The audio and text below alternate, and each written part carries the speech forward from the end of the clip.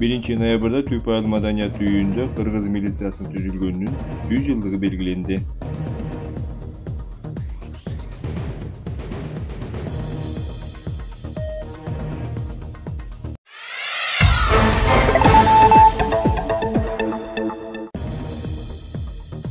Noyabrda Türk Bayram Madaniyat Uyu'nda Kırgız militsiyasının tüzülgönünün 100 yıllığı jana militsiyanın günü belgilendi.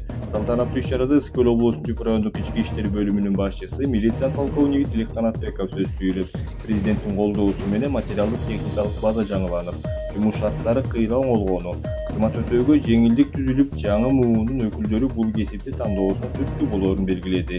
Иш-чаранын жүрүшүндө райондук прокуратура, УКМК жана ал аймактардын башчылары, мамлекеттик мекеме ишканалардын жетекчилери майрам менен куттуктап, учурдагы кызмат өтөп жаткан жана отставкадагы офицерлерге ыраазычылык айтылып, ардак грамота, төш белгилер тапшырылды. Саламатсыздарбы, урматтуу коноктор, ардактуу ардагерлер жана жалпы кесиптештер. Сиздерди 1-ноябрь Кыргыз милициясынын кесиптик майрамы менен чын жүрөктөн куттуктайм. Бүгүн биз Кыргыз милициясынын уюшулгандыгынын 100 жылдык мааракесин белгилеп жатабыз. Чынчылдык, берилгендик жана кайраттуулук деген асыл сапаттар ички иштер органдарынын кызматкерлеринин таандык экендигин жакшы билесиздер.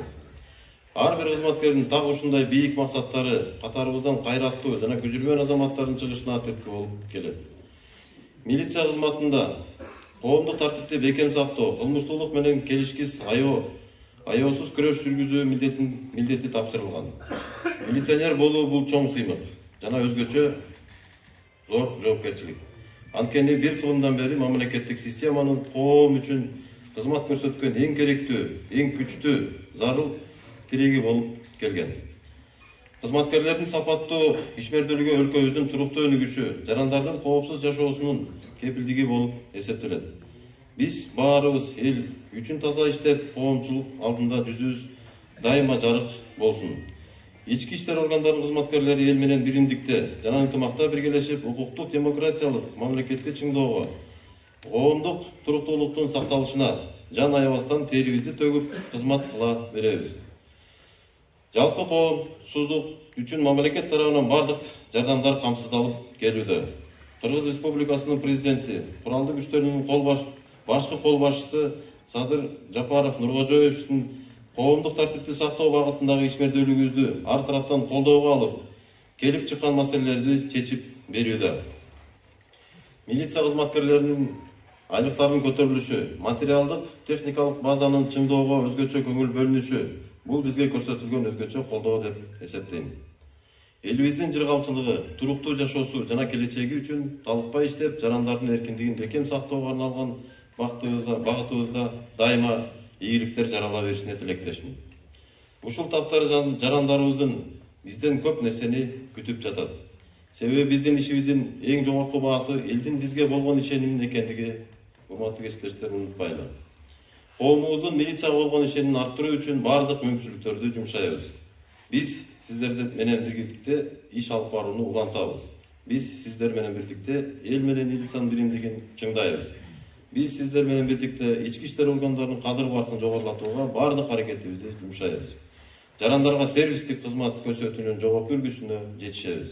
Санариптештирүү менен коомдук тартипти камсыздап, кылмыштуулукка каршы күрөшүп, сапаттуулукту эң бийик деңгээлге көтөрөбүз. Адилет кызмат кылуу менен элибиздин үмүтүн актап, ак ниет кызматыбызды коомго тартуулайбыз. Ардактуу ардагерлер, урматтуу кесиптештер, сиздерди Кыргыз милициясынын 100 жылдык майрамы менен дагы бир жолу чын ниетимден куттуктайм. Мекенибизге кызмат кылууда ийгиликтерди каалайм. Элибизде ынтымак, мамлекетибизде тынчтык болсун. Сиздердин баарыңыздарда жана үй бүлөңүздөрдө бекем ден соолук, узун өмүр, күч-кубат, чексиз кайраттуулук жана көптөгөн ийгиликтерди каалайм. Коомубузда ар дайым аманчылык, ынтымак, өлкөбүздө бакубатчылык, бейпилдик болуп, күнүмдүк, түйшүктүү жана жооптуу ишибиз мыйзамдуулук менен тартипти чыңдоого зор салымын кошсун. Майрамыңыздар менен көңүл бургандарга чоң рахмат. Милиция кызматкерлери, ардактуу ардагерлер, коллегалар жана бүгүнкү ушул салтанаттуу жыйындын катышуучулары. 100 жыл айтканга оңой, бирок ушул 100 жылдык тарыхы бар. Bizden milisiya kızmatkerleri, milisiya kızmatı bugün özünün 100 yıllık юбилейлік іс-шараны белгілеп жатады. 100 жылда эмне деген иштер өттү, эмне деген иштерди жасашты, бул өзүнчө тарых. Милициянын, ушул кыргыз милициясынын тарыхында бир топ орчундуу көптөгөн мындай окуялар болуп өткөн. Эми ар бирине токтоло кетсек, бир топ убакыт талап кылынат. Ошондуктан ушул басып өткөн жолунда ар кандай оош кыйыштар, өйдө төмөн иш-чаралар болуп атты. Аны моюнга алышыбыз керек. Мына биз өзүбүзчө көз карандысыз мамлекет болуп 90-жылдары, андан кийинки жылдары ушу милиция кызматкерлеринин дагы кандай жашоодо жашап, кандай иштеп жатканын ар бирибиз билебиз. Мына азыркы учурда урматтуу президентибиз Садыр Нуркожоевич ушул бир эле күч органдарына, ушул ички иштер министрлигине эмес, бардык ушул укук коргоо, анын ичинде мамлекеттик кызматкерлерге жана биздин жашоочуларга өзгөчө көңүл буруп, жакшынакай мына акча каражаттар бөлүп берип бир топ иштер алып ажылды. Ошол себептүү мына биздин милиция кызматкерлерибиз дагы мындай өздөрүнүн настроениялери жакшы көтөрүлүп, мына эл үчүн кызмат кылуу бир топ жакшырды десек жаңылышпайбыз. Акыркы убакта биз өзүбүз да байкап турабыз. Коомдук кабылдамалардын, ошондой эле мына түнкү рейдтердин жана ошондой эле браконьерство боюнча балык улоого каршы иштерди биздин ушул милиция кызматкерлерибиз бир топ ийгиликтүү иштеп, жакшынакай өзүнүн результаттарын көрсөтүп жатышат. Эми милиция жөнүндө айта кете турган болсок, урматтуу коллегалар, бул билесиздер ички иштер министрлиги деп бекер айтылган эмес. Биздин эң негизгиси ушу багытыбыз коомдук саясий абалды тынч кармап, өзүнүн деңгээлине кармап турганга булардын абдан салымдары чоң. Мына эгерде тарыхты карай турган болсок, күчтүү мамлекеттер болгон. Биздин өзүбүздүн тарыхыбызды карай турган болсок, Кыргыз каганаты деп эң көп ушул азыркы ошол мезгилдеги тарыхтарды айтып атышат. Эң көп жыл жашаган ошол Кыргыз каганаты болгон экен. Бирок баары бир кандай бир мезгилде ошол мамлекеттүүлүгүн жоготуп, мына азыр тарыхта гана айтылып отурат. Башка мамлекеттерди деле карасаңыздар, алар өздөрүнүн ушу коомдук саясий абалдарын, ички тартиптерин ушу милиция кызматкерлерине жүктөгөн. Кээинки мына ачык айтышыбыз керек. Көбүнчө аябай аскерлери да күчтүү болгон мамлекеттердин жок болуп кетиши бул ичинен иритип ошо мамлекеттерди жок кылып келген. Ар кандай мындай бир ситуациялар болуп калышы мүмкүн, абалдар болуп калышы мүмкүн. Ошондо кээ бири түшүнүп, кээ бири түшүнбөй, коомдук саясий абалды өзүнө пайдаланып, ар кандай иштерге барып, ошо мамлекеттердин жок болуп кетишине түздөн-түз өзү да билбей калышы мүмкүн ошо жаран. Ошо жарандардын таасири тийип калышы мүмкүн.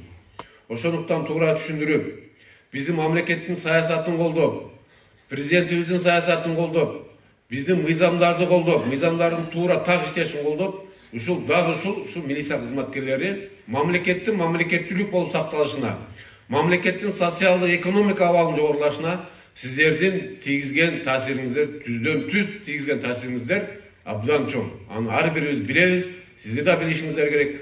Мына биздин ардагерлерибиз отурат. Буларга терең ыраазычылык, себеби булар да өз убагында ошо жаштыгын берип, ошол жерде биздин мамлекетибиздин чыңдалышына, мамлекетибиздин бакытбат болушуна өздөрүнүн салымдарын тийгизишкен. Азыр сиздердин жолуңуздарды улап, мына биздин милиция кызматкерлери түн десе түн, күн десе күн дебестен мына иштеп отурушат. Мына акыркы убактарда рейдтерди көрүп атасыздар. Кандайдыр бир туура эмес иштер болуп кетсе, биринчи биз ушу милиция кызматкерлерине чалып, ушулар келип иштерин жүргүзүшөт. Жампешова Кенжебүбү Салдырбековна сыйланат.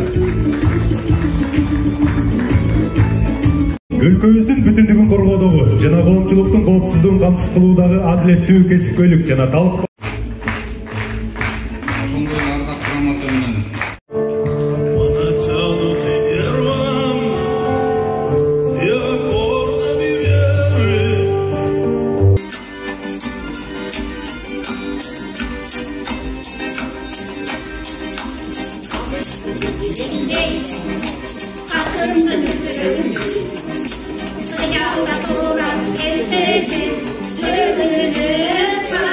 Sayang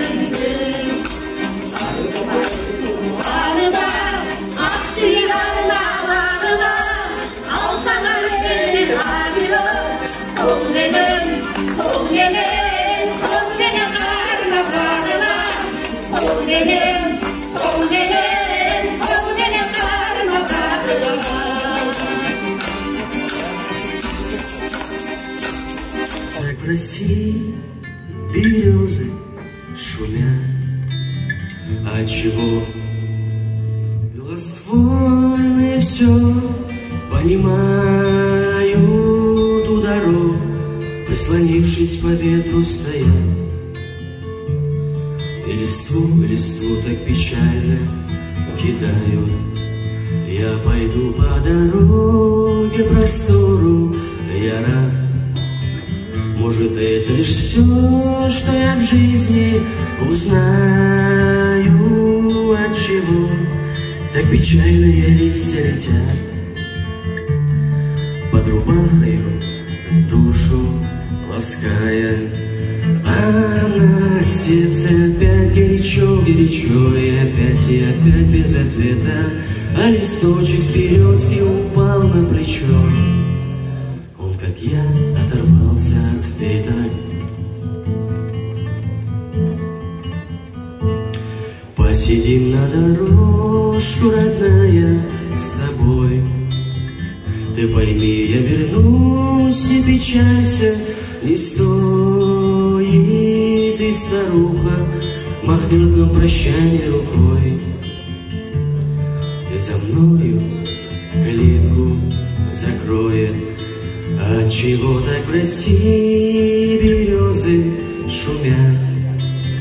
Отчего хорошо так гармошка играет? Пальцы ветром по кнопочкам раз пролетят. А последнее, западает. А на сердце опять горячо, и опять без ответа. А листочек с березки упал на плечо. Он, как я, оторвался от веток.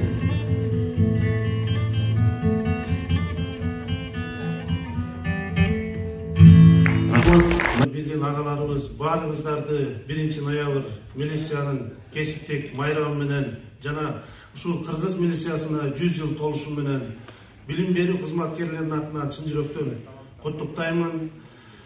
Эң жооптуу кызматты аркалап элибиздин тынчтыгы үчүн коомдук тартипти сактап, элибиздин тактап айтканда карапайым эл журттун бакубат жашоосу үчүн күн-түн талкпай эмгектенип келе жатасыздар. Ушул аркалап келген ишиңиздерди дайым ийгиликтер коштоп, ар бир күнүңүздөр бүгүнкү күндөй майрам болсун. Жогоруда айтып өткөндөй, эртең менен узатып, кечинде тозуп алган үй бүлөңүздөр менен ар дайым аман болуңуздар, бар болуңуздар, дайыр жолу майрамыңыздар кут болсун. Анан билим берүү тармагы менен тыгыз байланышта иш алып барып келген милиция кызматкерлерине өзүбүздүн ардак грамотабызды тапшырып коюуга уруксат этиңиздер.